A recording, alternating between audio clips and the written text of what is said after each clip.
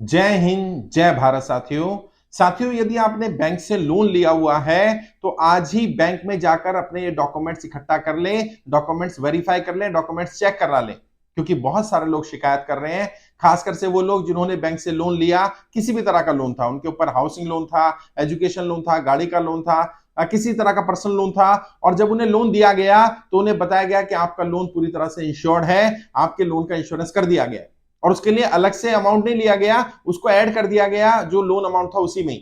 मान लीजिए आपने हाउसिंग लोन लिया 20 लाख रुपए का, तो वो अमाउंट 22 लाख कर दिया गया और पूरे 20 साल तक का, 15 साल तक का, जितने समय का आपने टेन्योर का लोन लिया था, उतने टेन्योर तक आपके लोन को इंश्योर करने के लिए लाख, 2 लाख, 3 लाख रुपए उसमें ऐड कर दिए गए।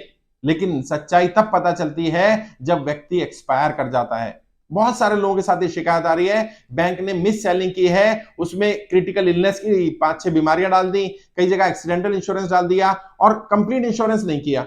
और उस समय बताया गया कि आपका लोन पूरी तरह से इंश्योर्ड है, कल को अगर आपको कुछ हो जाता है तो आपके परिवार को लोन नहीं भरना होगा, आपकी गाड़ी, आपका घर कब्जा नहीं किया जाएगा, आपका आगे का लोन नहीं भरना होगा, माफ हो जाएगा।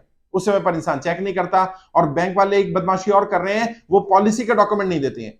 तो यदि किसी ने पुराना लोन भी कराया हुआ है और यदि यदि वो व्यक्ति सही सलामत है तो तुरंत कल ही बैंक जाइए और बैंक से अपनी पॉलिसी के बारे में पता करिए, कौन सी पॉलिसी की है।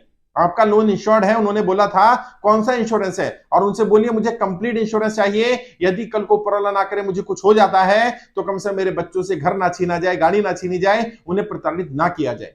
क्योंकि जब आप चले जाएंगे, ऊपर वाला ना करे कोई हादसा हो जाए, एक्सीडेंट हो जाए या किसी तरह से मृत्यु हो जाए और बाद में आपको बताया जाए कि बच्चों के सर से पिता का, माता का साया भी चला गया और पता चला आप छत भी छीन ली जाए।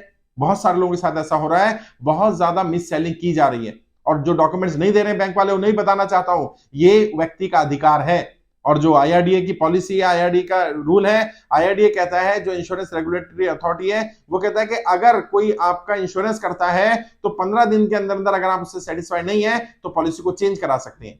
और बैंक वाले क्या करते हैं, आपकी पॉलिसी देते ही नहीं है और कभी डिलीवर भी करते हैं 2 महीने 3 महीने बाद डिलीवर करते हैं, जब तक कि आपको पता भी चल जाए कि मिस सेलिंग हुई है तो आप उसको चेंज ना करा पाए। तो इस तरह की बदमाशी नहीं चलेगी। और प्रीमियम लिया जा रहा है आपको कंप्लीट इंश्योरेंस वाला, और आपको दिया जा रहा है एक्सीडेंटल इंश्योरेंस, क्रिटिकल इलनेस, 5-6 बीमारियों का इलनेस दे दिया, उसमें कोरोना कवर ही नहीं है, उसमें एक्सीडेंटल कवर नहीं किया, उसमें नेचुरल डेथ को कवर नहीं किया, हार्ट अटैक को कवर नहीं किया। अरे भाई, मृत्यु तो मृत्यु है।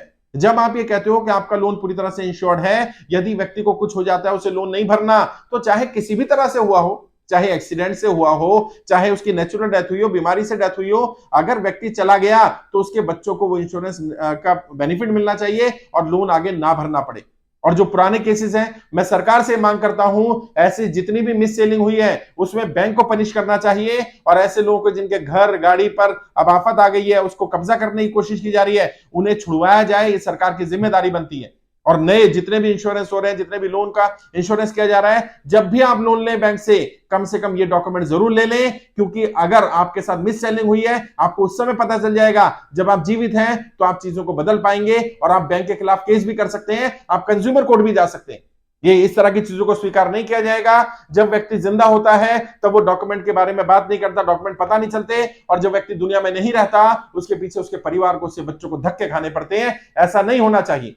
और अगर किसी ने भी किसी तरह का भी लोन लिया है, चाहे गाड़ी का लोन है, एजुकेशन लोन है, हाउसिंग लोन है, आपका पर्सनल लोन है, आपका क्रेडिट कार्ड पर लोन है, आपका प्रॉपर्टी पर लोन है, आपका लोन अगेंस्ट प्रॉपर्टी है, लोन अगेंस्ट गोल्ड है, हर तरह के लोन के बारे में बताया जाता है कि आपका लोन इंश्योर्ड किया जा रहा है और उसके बदले में पैसे ले जाते हैं।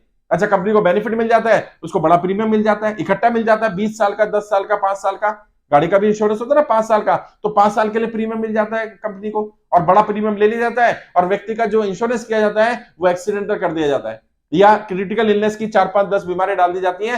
कंप्लीट इंश्योरेंस होना चाहिए। और आप भी बताइए, जो लोग सुन रहे हैं वो कमेंट में बताएं, क्या ऐसा व्यक्ति जिसने लोन लिया और उसकी डेथ हो जाती है, क्या उन लोगों का लोन माफ होना चाहिए कि नहीं होना चाहिए?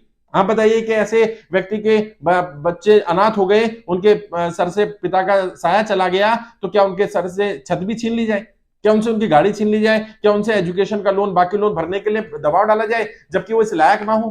और अगर लायक भी हैं और व्यक्ति का जब आपने इंश्योरेंस किया था, जब आपने बताया था आपका पूरा लोन इंश्योर्ड होगा, तो इस तरह की मिस सेलिंग नहीं होनी चाहिए। आपके साथ ऐसी मिस सेलिंग ना हो, इसके लिए आप अलर्ट रहिए, सतर्क रहिए। आज ही जाइए बैंक में और बैंक में जाकर के अपने डॉक्यूमेंट्स पता करिए कौन सा इंश्योरेंस किया गया है, और इंश्योरेंस के इंश्योरेंस के जो किया गया है उसके डॉक्यूमेंट या पेपर भी लीजिए। आपके पास ये पेपर होने चाहिए।